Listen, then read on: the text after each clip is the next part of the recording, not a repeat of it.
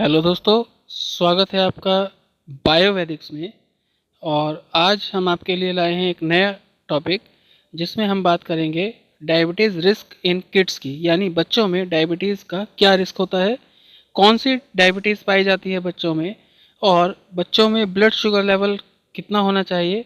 और साथ ही साथ जानेंगे कि बच्चों में जो डायबिटीज़ पाई जाती है उसके क्या लक्षण हैं और उनके क्या बचाव हैं। तो आइए शुरू करते हैं आज का वीडियो और जानते हैं कि बच्चों में सबसे ज़्यादा जो रिस्क है डायबिटीज़ का दोस्तों, वो टाइप 1 डायबिटीज़ का रिस्क होता है। और इस टाइप 1 डायबिटीज़ में जो इंसुलिन हार्मोन है वो हमारे शरीर में बनता ही नहीं।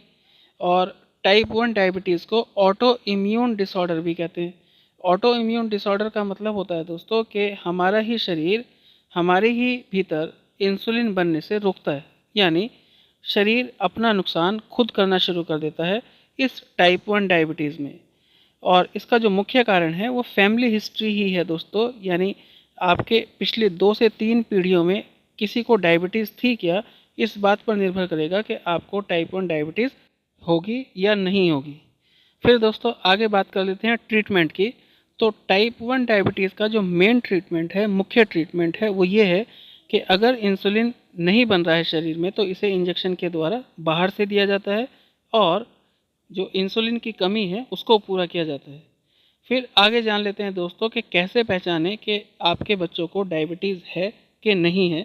तो इसके कुछ लक्षण हैं, उसके बारे में बात कर लेते हैं। तो सबसे पहला लक्षण है कि वज़न का बढ़ना या घटना अचानक, या दूसरा लक्षण है दोस्तों कि बच्चे की अचानक प्यास बढ़ जाए, या उसके जख्म जो हैं वो धीमी गति से भरने शुरू हो जाएं, या फिर आँखों के सामने धुंधलापन आना शुरू हो जाए, या फिर मुंह सूखना शुरू हो जाए बच्चे का, या फिर उसकी त्वचा जो है वो इची हो जाए, यानी खुजली खारिश होनी शुरू हो जाए, या फिर ऐसा भी हो सकता है कि उसमें वीकनेस आ जाए बच्चे में, या हाथ पैरों में झुंझुनाहट होनी शुरू हो जाए दोस्तों, या फिर कुछ अचानक पेट में दर्द होना शुरू हो जाए।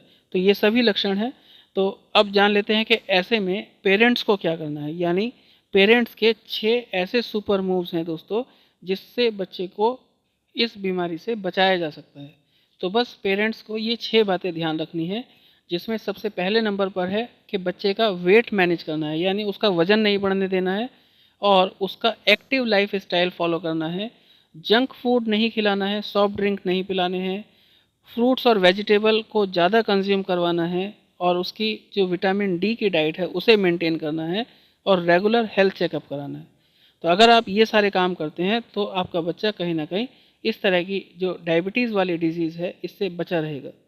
फिर आगे जान लेते हैं दोस्तों कि बच्चों में ब्लड शुगर लेवल कितना होना चाहिए, यानी नॉर्मल रेंज क्या है और डायबिटिक रेंज क्या है बच्चों में।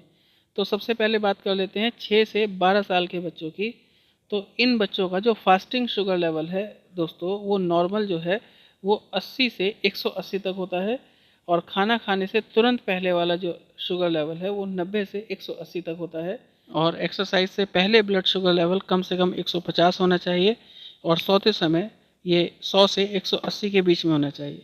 जबकि A1C टेस्ट का रिज़ल्ट जो है वो 8% के आसपास होना चाहिए।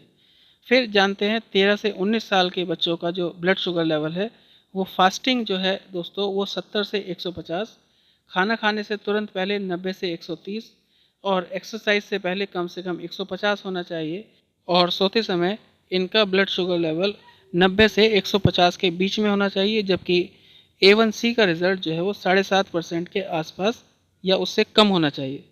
तो दोस्तों आज के लिए इतना ही। वीडियो देखने के लिए धन्यवाद। और अगर आपको ये इन्फॉर्मेशन पसंद आई हो तो प्लीज़ इसे लाइक, शेयर और सब्सक्राइब ज़रूर कीजिएगा। और थैंक यू वेरी मच।